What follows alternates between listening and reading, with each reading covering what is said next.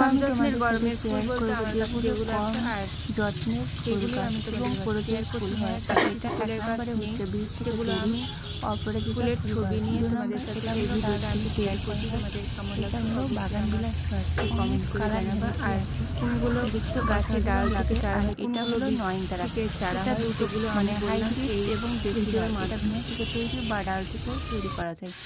এটা হলো পটুলিকা। এটা খুব সহজে ডাল থেকে চারা তৈরি করা যায় এবং প্রচুর কালার পাওয়া যায়। আর তারপরে হলো এটা হলো গন্ধরাজ, প্রচুর ফুল, সাদা ফুলটা দেখতে পাচ্ছ। আর আমি এটা তৈরি করেছিলাম একটা ডাল থেকে, ছোট্ট ডাল থেকে বড় গাছ হয়েছে। তারপরে হলো এটা হলো টগর গাছ। এটাও আমি একটা ছোট্ট ডাল থেকে চারা তৈরি করেছিলাম এবং আস্তে আস্তে ফুল ধরতে লেগেছে। দেখো কত সুন্দরভাবে।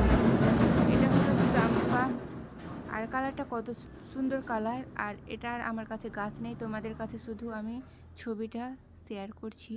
এটা হলো চাম্পা, আর হয়তো চাম্পার সেন্ট হয়। আর তারপরে আছে এটা হলো চন্দ্রপ্রভা, এরও ডাল থেকে চারা তৈরি করা যায় সহজে, আর প্রচুর থোকা থোকা ফুল হয়। এটা হলো কম যত্নের ফুল, এগুলি একবার লাগালে আর বারবার লাগাতে হবে না। এটা হলো ফার্স্ট লাভ, এটারও অনেক কালার আছে। এটাও ডাল থেকে চারা তৈরি করা যায়। এটা হলো অ্যাড্রোনিয়াম, অ্যাড্রোনিয়ামের গাছের ডাল থেকে চারা তৈরি করা যায় সহজে, কিন্তু এর প্রচুর বীজ হয়। কালারটা কতটা সুন্দর। আর তারপরে হলো এটা রঙ্গন, রঙ্গন ফুলের গাছের ডাল থেকে চারা তৈরি করা যায়। আর আমার কাছে এই কালারটাই একমাত্র কালার আছে। এর আগে আমি কিনে নিয়েছিলাম প্রচুর গাছ, কিন্তু কালারগুলো মারা গেছে। এটা হলো জবা ফুল, কালারটা কতটা সুন্দর। এর ডাল থেকে আসানিতে চারা তৈরি করা যায়। এটা হলো মাধবীলতা, মাধবীলতার গাছের ডাল থেকে চারা তৈরি করা যায়। একবার লাগালে আর বারবার লাগাতে হয় না, প্রচুর ফুল হয়। আর কালারটা দেখো কতটা সুন্দর।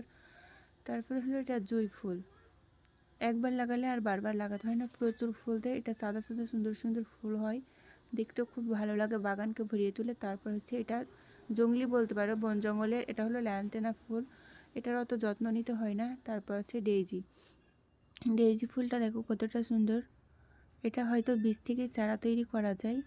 তারপরে হলো কসমস, কসমসের প্রচুর কালার হয়, এই যে।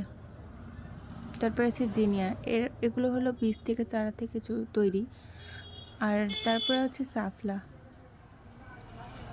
এটা জানি না বীজ থেকেই হয়। এটা হলো লিলি,